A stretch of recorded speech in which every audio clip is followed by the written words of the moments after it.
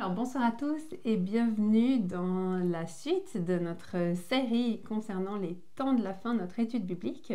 Aujourd'hui, on va continuer notre série de 3 épisodes qui concernent les prophéties en cours de réalisation.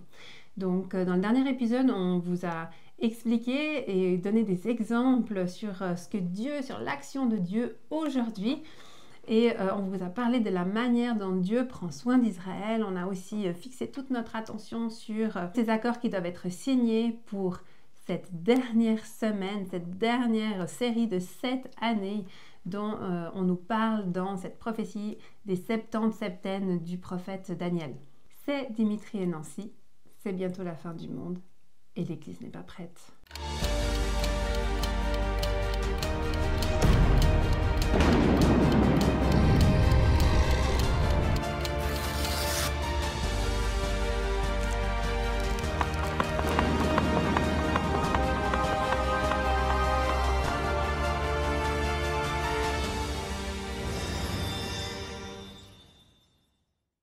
Donc c'est parti pour ce 8e épisode. Et avant de commencer, avant de passer la parole à Dimitri qui va nous parler ce soir des 10 tribus perdues, on fait un tout petit point d'actualité sur les derniers événements qui se sont déroulés depuis la fête des trompettes qui a eu lieu le 22 septembre de cette année. Et c'est vrai que sur cette période-là, on est toujours très attentif concernant ce qui se passe dans le monde, puisque on sait que c'est une partie de l'année très prophétique dans laquelle des choses sont fixées au ciel et ces choses-là se reflètent sur terre. Donc on est toujours très attentif. Il se trouve que depuis ce 22 septembre, l'Assemblée de l'ONU se rencontre pour divers discours et discussions et notre attention est extrêmement attirée sur tous ces discours qui mentionnent la paix et la sécurité. On veut juste vous encourager à garder les yeux fixés sur le résultat de ces discussions et sur ce qui va en sortir finalement, puisque c'est notre rôle ici sur cette chaîne de faire les sentinelles et puis de sonder l'actualité. Ça nous a beaucoup marqué parce que, en fait, dans tous ces discours concernant la reconnaissance de l'État palestinien, les termes exacts qui sont utilisés à peu près par tous les intervenants à l'ONU, c'est pour la paix et la sécurité. Et ces mots paix et sécurité, on les trouve dans le Nouveau Testament, dans la première épître aux Thessaloniciens, chapitre 5, le verset 3. Dans ce contexte, Paul parle des derniers temps et il dit « Quand les hommes diront paix et sécurité », et c'est vraiment ces mots-là en grec aussi, paix et sécurité, il n'y a pas d'interprétation possible. Quand les hommes diront, c'est littéralement ça, quand les hommes diront paix et sécurité, alors une ruine soudaine fondra sur eux, comme les douleurs sur la femme enceinte, ils n'y échapperont pas. The two-state solution is the only credible path to peace and security for both Israelis and Palestinians. Only this solution will allow Israelis and Palestinians to live side by side in peace and security. Vivre en paix believes that the Palestinian people should live in peace and security within their own state. This is also a demand for peace and security for the peoples of the two countries. An independent, democratic and viable Palestinian state existing side by side and in peace and in security with Israel. It is a two-state solution with Israel and Palestine living side by side in peace and security. And that is why Ireland last year, with Spain, Norway and Slovenia, recognized the state of Palestine. Voilà donc, quand ils diront paix et sécurité, alors on garde les yeux fixés sur tout ce qui est en train de se passer en ce moment, puisque on le sait, nous sommes dans la fin des temps. Et chaque élément compte, les choses vont en s'accélérant. On a vu tellement de choses arriver encore cette dernière année et on sent vraiment cette accélération. Donc on garde les yeux fixés, on veille. Alors voilà pour le petit point actualité. Voilà une prophétie en cours de réalisation de plus. Et ce soir, nous, on va vous parler des 10 tribus perdues. Il y a une promesse du Seigneur de ramener l'entier de son peuple dans sa terre, mais voilà, où sont les 10 tribus restantes? Donc Dimitri va vous expliquer qui sont ces 10 tribus pour la compréhension également des temps dans lesquels nous vivons. Il faut se plonger d'abord dans l'histoire d'Israël. On le sait, le peuple d'Israël était composé des descendants des 12 fils de Jacob. les 12 fils d'Israël. Saül, David et Salomon sont finalement les seuls rois d'Israël qui ont régné sur les 12 tribus. À la mort de Salomon, les 10 tribus du royaume du Nord se sont séparées de la maison de David et ont constitué un royaume distinct. C'est comme ça que les 12 tribus d'Israël se sont divisées en 2 royaumes. Le royaume du Nord, qui a pris le nom d'Israël, ou dans les psaumes et les textes prophétiques, Éphraïm, du nom de la plus grande tribu qui le composait.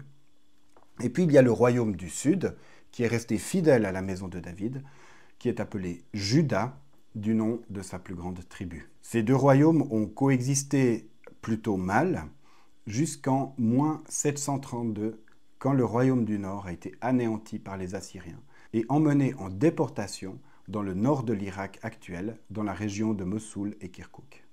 Il y a donc le royaume du Nord, 10 tribus qui ont été déportées par les Assyriens, et le royaume du Sud, composé des 2 autres tribus. On lit dans 2 Rois 18, le verset 11. Le roi d'Assyrie exila les Israélites en Assyrie, et il les conduisit à Calak, ainsi que sur les rives du Chabor, le fleuve de Gozan, et dans les villes des Mèdes. Le royaume de Juda, c'est le royaume du Sud, a continué à subsister encore 2 siècles environ, jusqu'en moins 586, quand l'empire qui a succédé aux Assyriens, Babylone, a mis fin au royaume du Sud. Les tribus du Sud, à leur tour, ont été déportées, eux dans le sud de l'Irak moderne, dans la région de l'actuel Bagdad. Après environ 70 ans, d'ailleurs selon la parole du prophète Jérémie, les tribus du Sud sont revenus dans leur pays. C'est ce qui est raconté notamment dans les livres d'Esdras et de Néhémie. Ils ont fondé alors le 2e royaume juif, 2e chronologiquement, jusqu'en 70 de notre ère, quand les Romains, sous la conduite de Titus, ont mis fin à son existence. Ainsi qu'en 135 après la révolte de Bar Korba et le changement de nom de la province de Judée en Palestine. La diaspora de ce royaume a alors été totale. Un royaume composé majoritairement des tribus de Juda et de Benjamin, avec des descendants des Lévites, la tribu de Lévi, qui n'avaient pas hérité de territoire parce qu'ils avaient hérité de la fonction de prêtre et habitaient parmi les 12 tribus. Ce sont eux, ces 2 tribus ennemies, ce sont eux qu'on appelle communément les Juifs depuis cette époque. Les Juifs vient du mot Juda, le royaume de Juda. C'est plus clair, on l'entend mieux en allemand, puisque les Juifs, ça se dit « die Juden », ceux de Juda. Aujourd'hui, qu'est-ce qui se passe? Aujourd'hui, le grand retour des Juifs dans leur pays ne concerne que 2 tribus. Nous avons perdu les 10 tribus qui ne sont pas revenues lors du premier retour de l'exil en 535 avant Jésus-Christ. La plupart des historiens pensent que ces 10 tribus ont été assimilées parmi les nations au sein desquelles elles se trouvaient et qu'elles ont donc cessé d'exister. Elles ne sont plus là, on ne les retrouvera plus. Pourtant, les textes prophétiques de l'Ancien Testament disent d'une manière absolument claire qu'au temps de la fin, toutes les tribus reviendront dans le pays promis. Comment donc ces 10 tribus perdues pourraient-elles, selon la parole du Seigneur, revenir si elles n'existent plus? Alors ce qu'on fait, ce que font les lecteurs de la Bible, peu attentifs, on utilise le procédé habituel et on spiritualise les textes pour les faire entrer dans notre compréhension. On dit que c'est sûrement symboliquement l'Église, par exemple. Mais à partir de ces textes que nous allons voir, le peuple juif, lui, a toujours cru au retour des 10 tribus perdues dans le pays, qu'elles se joindront à leurs frères pour ne former qu'un seul royaume, et que ce sera comme une résurrection, dernier signe avant la venue du Messie. Alors on se plonge dans ces textes bibliques. On commence par le prophète Ésaïe. Il dressera un étendard pour les nations. Il rassemblera les exilés d'Israël et réunira les dispersés de Juda des 4 coins de la terre. La jalousie d'Éphraïm disparaîtra et ses adversaires en Juda seront éliminés. Éphraïm ne sera plus jaloux de Juda et Juda ne sera plus l'adversaire d'Éphraïm. On a là donc un texte prophétique du retour d'Israël dans sa terre, mais il est bien clair dans ce texte qu'on parle à la fois du royaume du Nord, Éphraïm, et le royaume du Sud, Juda. On continue avec le prophète Jérémie. Jérémie 30. « En effet, voici que les jours viennent, déclare l'Éternel, où je ramènerai les déportés de mon peuple, d'Israël et de Juda. Voici les paroles prononcées par l'Éternel à l'intention d'Israël et de Juda. Encore une fois, un texte prophétique de retour, avec la distinction entre Israël et Juda. Donc, les 10 tribus du Nord ne sont pas oubliées par Dieu. On souligne aussi dans ces 2 textes les mots « ce jour-là » ou bien « voici les jours viennent » qui sont vraiment des indices pour nous qu'on parle des temps de la fin. Ce dont je voudrais vous parler maintenant, c'est en fait le résumé concis d'un enseignement de Jean-Marc Tebois. Israël, un signe prophétique pour notre temps. On va commencer avec la tribu de Dan. Dans la tradition rabbinique, on mentionne au IXe siècle un homme noir venu, je cite, d'au-delà du Sambation, membre de la tribu de Dan. L'expression au-delà du Sambation, ça parle d'un fleuve qui s'appelle comme ça. Et puis, selon la tradition, ces 10 tribus sont justement au-delà de ce fleuve. C'est presque un fleuve mythique. Quand on parle d'un homme qui vient de là, c'est que c'est un homme des 10 tribus perdues, et il se trouve qu'il s'est présenté comme un membre de la tribu de Dan. Cet épisode a été oublié jusqu'au XIXe siècle, où, tenez-vous bien, on a retrouvé en Éthiopie, dans la région de Gondar, les Falachas. Ce sont des juifs noirs, des juifs africains. Dans les années 1980 à 1984, ces gens ont été menacés d'extermination après une révolution marxiste en Éthiopie. Ils ont demandé à émigrer en Israël au nom de la loi du retour parce qu'ils se considéraient appartenir au peuple d'Israël. Alors il y a eu délibération parmi les rabbins, malgré leurs coutumes différentes, notamment leur ignorance des traditions du Talmud, qui est né après l'exil. Il a été conclu que ces gens appartenaient bien à Israël et à la tribu de Dan. Et c'est absolument magnifique que ce soit eux qui ont été retrouvés les premiers, parce qu'il y a une tradition très ancienne qui raconte que cette petite tribu qui était prise entre Juda et Israël s'est exilée au sud pour ne pas prendre part à des guerres fratricides. Ainsi, étant les premiers partis, ils seraient les premiers retrouvés au temps messianique, et leur retour marquerait le début de la réapparition des 10 tribus perdues. C'était dans les années 1980. Un pont aérien a été organisé pour les amener secrètement en Israël, et avec ces Falachas de retour, c'est presque entièrement que la tribu de Dan est rassemblée dans le pays d'Israël. Il faut qu'on parle un peu de ce pont aérien, parce que c'était un événement absolument extraordinaire. Pour pouvoir transporter plus de monde à la fois, les pilotes des avions ont fait enlever tous les sièges des passagers. Ils ont vidé les avions de tout ce qui pouvait faire du poids supplémentaire, et ils ont décollé dans l'urgence avec tous ces juifs de la tribu de Dan à bord. Ils étaient en surpoids.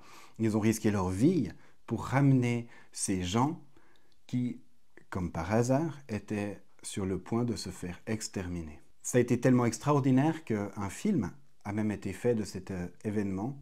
Le film Va, Vie et Devient, que je peux vous recommander. Après la tribu de Dan, je vais vous parler un petit moment de la tribu de Manassé. Un rabbin que Jean-Marc Tebois a rencontré, le rabbin Avihai, a reçu la conviction que le moment était venu où Dieu allait rassembler les 10 tribus perdues et que Dieu l'appelait, lui, à agir. Il a créé l'association Amishav, Mon peuple revient, avec des universitaires qui se sont penchés de manière historique et archéologique sur cette question et qui ont fait vraiment des recherches. Ils ont cherché dans les traditions juives, dans les textes bibliques, ils sont allés voir du côté de l'Orient. Dans la région de la passe de Peshawar, en Afghanistan, des tribus d'origine israélite vivaient dans une sorte d'autonomie au sein des populations musulmanes. C'étaient les Patanes.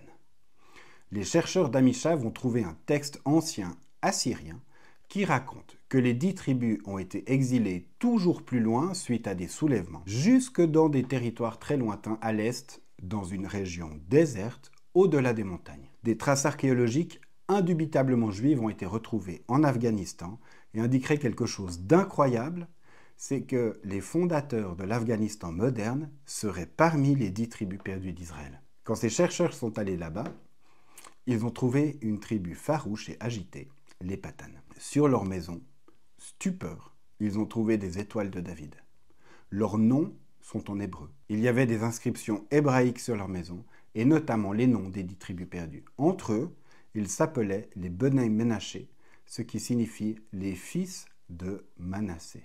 Ils avaient de nombreuses coutumes juives, notamment la circoncision à 8 jours et non 13 ans comme les musulmans autour d'eux, le Shabbat, le Lévira, les pains de la face placés chaque semaine devant l'Éternel. Ils avaient des livres de prière. Ils s'habillent comme les juifs ultra-orthodoxes avec les franges. Les émissaires de l'association ont été reçus comme le Messie.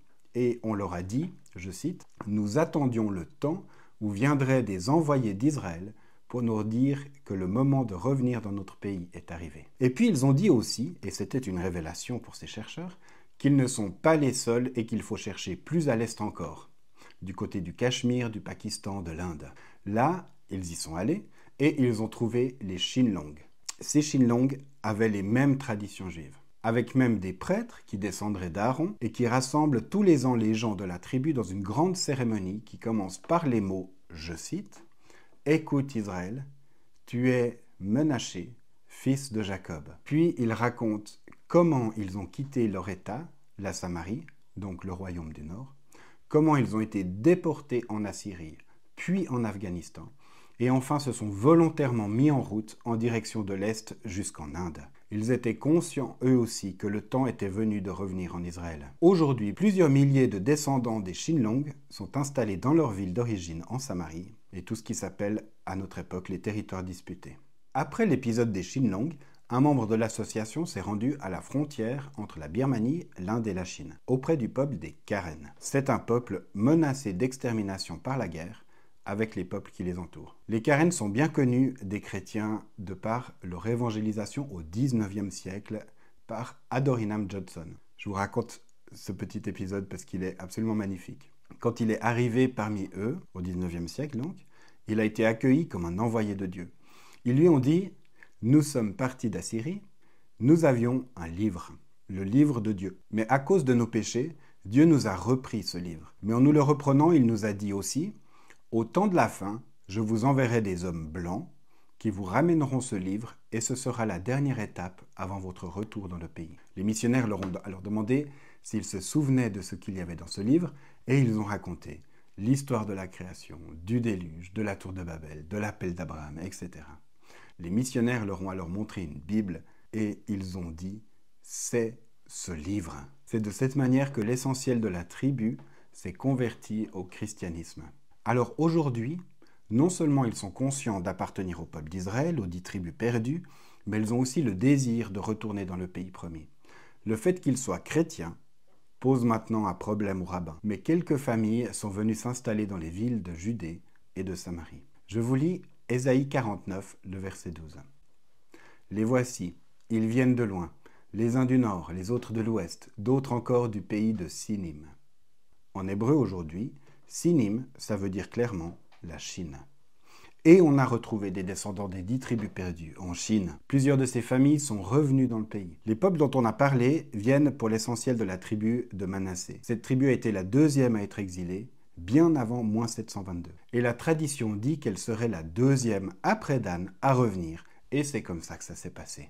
L'association Amishav travaille avec zèle au retour d'au moins des représentants des 10 tribus perdues pour que quand le Messie reviendra, il puisse en Israël trouver des membres des 10 tribus. Et j'aimerais parler de la tribu d'Éphraïm, la plus grande de ce royaume du Nord. Dans la région des Shinlong, on a retrouvé plus tard aussi une autre tribu, celle d'Éphraïm. Elle est maintenant prise dans des combats. Dans la région, il y a une guerre qui fait rage. Comme c'est souvent le cas avec les Juifs d'ailleurs, on les accuse d'être la cause de tous les malheurs. Et ça pourrait même en soi être une preuve. Par des moyens complexes et détournés, malgré la guerre, les premiers membres de la tribu d'Éphraïm sont en train de revenir en Israël. On a Dan, on a Manassé, on a Éphraïm. Qu'en est-il des autres tribus? On trouve encore d'autres tribus en Corée et même au Japon. Le problème, c'est qu'il s'agit de millions de personnes. Il n'y aura pas assez de place en Israël.